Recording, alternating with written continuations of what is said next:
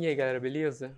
Então, se vocês perceberam, não sei se vocês já notaram, mas eu estou com esse cavanhaque horrível, que eu conquistei ele porque eu errei na hora de fazer a barba em casa, eu tava com a barba muito grande e já tava me incomodando, embora eu estivesse com um estilo alternativo muito interessante, a barba tava me incomodando demais, então não dava mais pra mantê-la. E aí eu tentei dar uma acertada nela, aí eu errei o corte, aí eu falei, quer saber? Se você está no cocô, você tem que nadar no cocô. Então eu coloquei esse cavanhaque horrível aqui, porque pelo menos agora eu posso dizer que uma vez eu tentei fazer o cavanhaque e ficou ruim. Bem, eu também tô aqui com esse cubo mágico, se vocês podem perceber, ele já tá um pouquinho montado, porque eu tentei montar ele, né? Eu tentei montar ele durante a primeira vez que eu gravei esse vídeo, né? Que eu tô tentando gravar, na verdade. Talvez, na última tentativa de eu gravar, se der algum problema de novo, né? Eu acabe terminando ele durante esse vídeo, né? Mas enfim, talvez eu não monte mais ele para não deixar o barulho perturbando aí. Mas tirando um pouco esse preâmbulo grande, eu tava revendo The Office, né? E eu tava um pouco na minha mente pensando e discutindo sobre achar uma coisa boa ou ruim, né? Eu não sei se alguma vez na sua vida você reclamou do trabalho de alguém ou criticou alguém, mesmo de maneira construtiva, e a pessoa falou o seguinte, olha, não gostou? Faz melhor. E essa é uma frase muito forte e realmente ela parece ter um fundo de um lastro numa premissa verdadeira, realmente. Como eu posso julgar se algo é bom ou não? Como eu posso validar se algo é bom ou não, legal ou ruim? Se eu não consigo fazer aquilo, né? Então, tipo assim, se eu não tenho a capacidade de fazer aquilo, deveria eu estipular um valor para aquilo ali? E eu fiquei pensando nessa premissa razoavelmente profunda sobre uma frase muito boba que crianças geralmente dizem, mas eu queria permear um pouco esse meu pensamento com uma parada matemática, né? E eu gosto muito de pensar em coisas matemáticas, porque eu acho que em várias coisas da nossa vida a gente consegue colocar matemática, né? Esse cubo mesmo aqui, ele pode ser para você só um quebra-cabeças, um brinquedo, ou ele pode ser uma matemática toda aqui, né?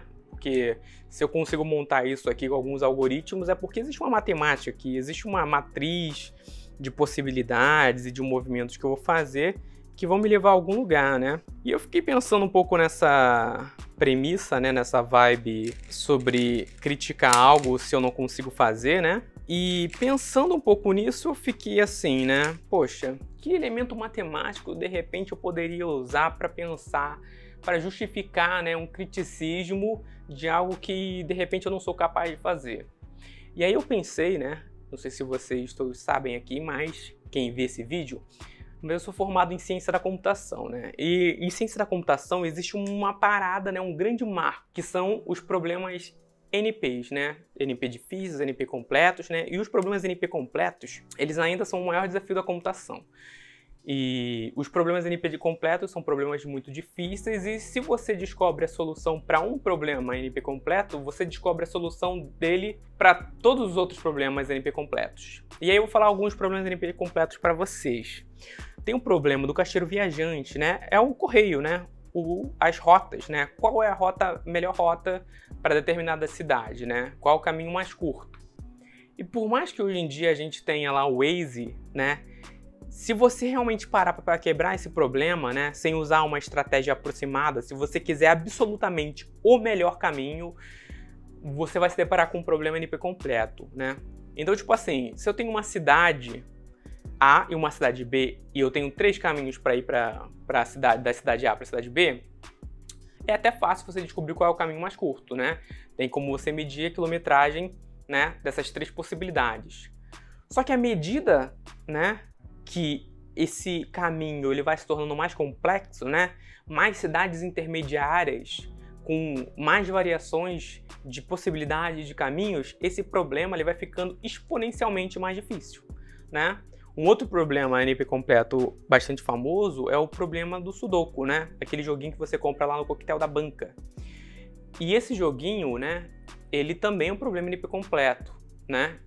Porque à medida que você vai aumentando o número de quadrantes, né, de linhas e colunas, né, o que você comprar na banca, geralmente é um 9×9, né, dividido em 3 quadrantes de altura e 3 quadrantes de largura, né, cada um desses 3 contra os 3. E demora um tempo, você não consegue fazer um Sudoku, mesmo um cara experiente, ele não faz aquilo ali tão rápido assim, é um trabalho que tem uma dificuldade. E à medida que o número de quadrantes vai crescendo, esse problema vai se tornando insolúvel.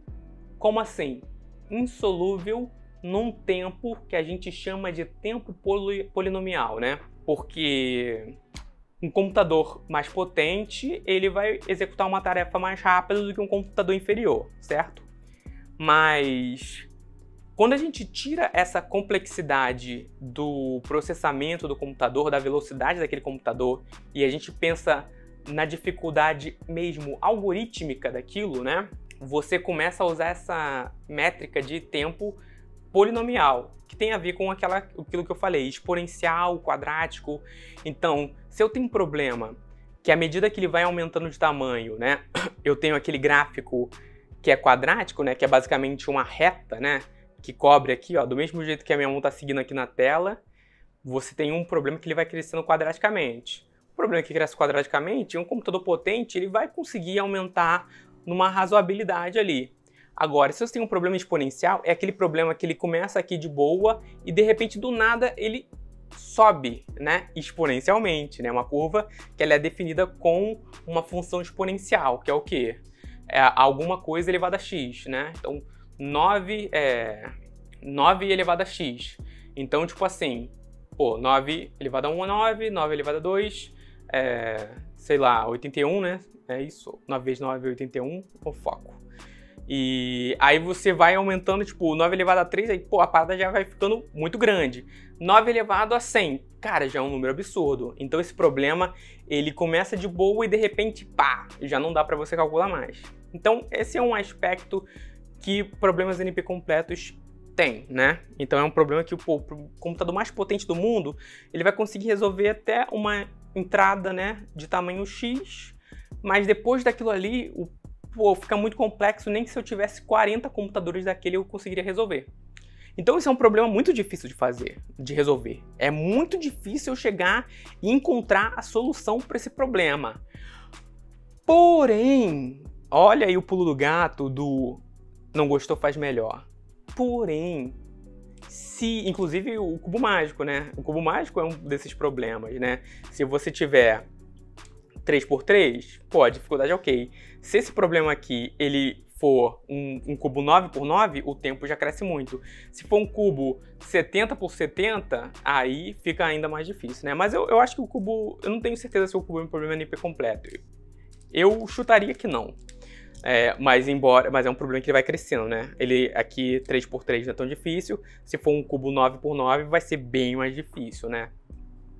E aí, o que eu tava pensando sobre isso relacionado com o que se não gostou faz melhor? Esses problemas NP completos, os especificamente NP completos, né? Não NP difícil e tudo mais.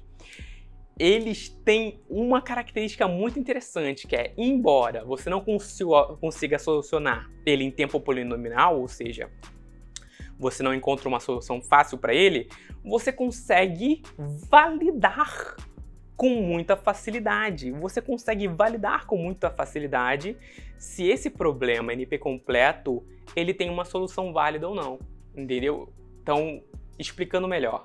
Se eu tenho a resposta do Sudoku 1000 por 1000, eu consigo validá-lo com uma certa facilidade. Talvez eu não consiga ali no papel calcular, e nem o computador consiga ali no papel calcular todas as linhas e colunas para entrarem nas restrições que o Sudoku tem.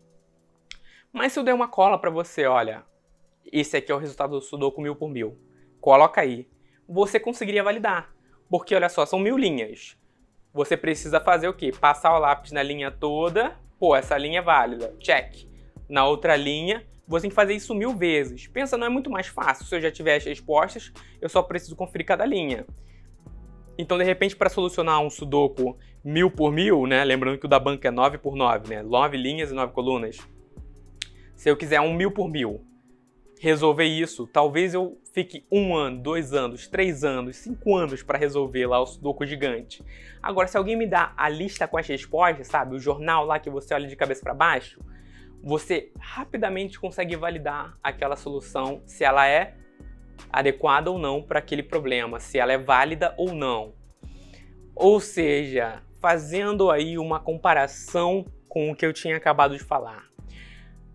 Talvez você não consiga fazer a mesma coisa daquilo que você critica. Talvez você critique alguma coisa e você não tenha capacidade de fazer algo melhor do que aquilo. Provavelmente você já criticou um filme e você não conseguiria nem fazer a primeira cena do filme ser gravada, entendeu? Então eu posso olhar lá, por exemplo, um filme aqui bem ruim que eu achei. Aquele filme Avatar, do M. Night Shyamalan. Então, aquele filme é muito ruim, né? O Avatar, a Lenda de Aang lá, o Last Airbender, o Último Dobrador de Ar. Aquele filme é muito ruim, né?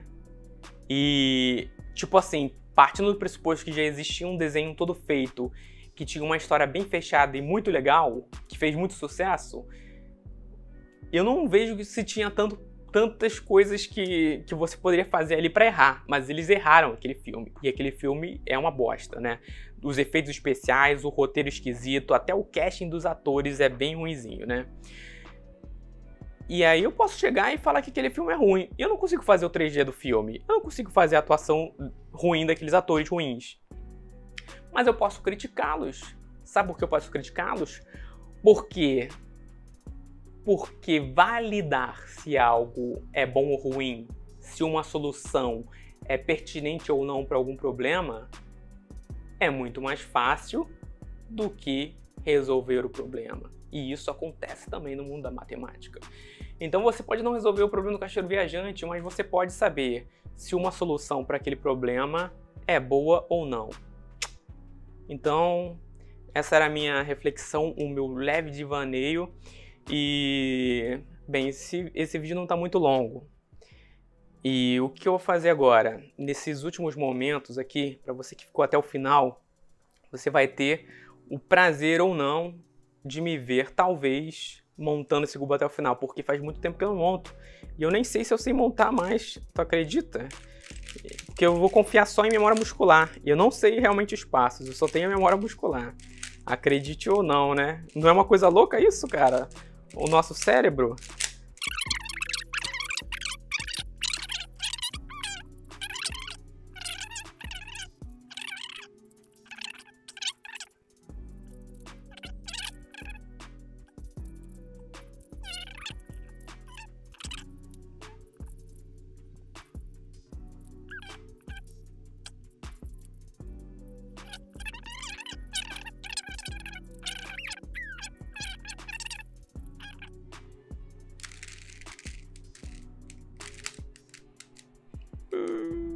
Galera, desistir, vou tentar de novo, quem sabe numa próxima. Mas não gostou? Faz melhor.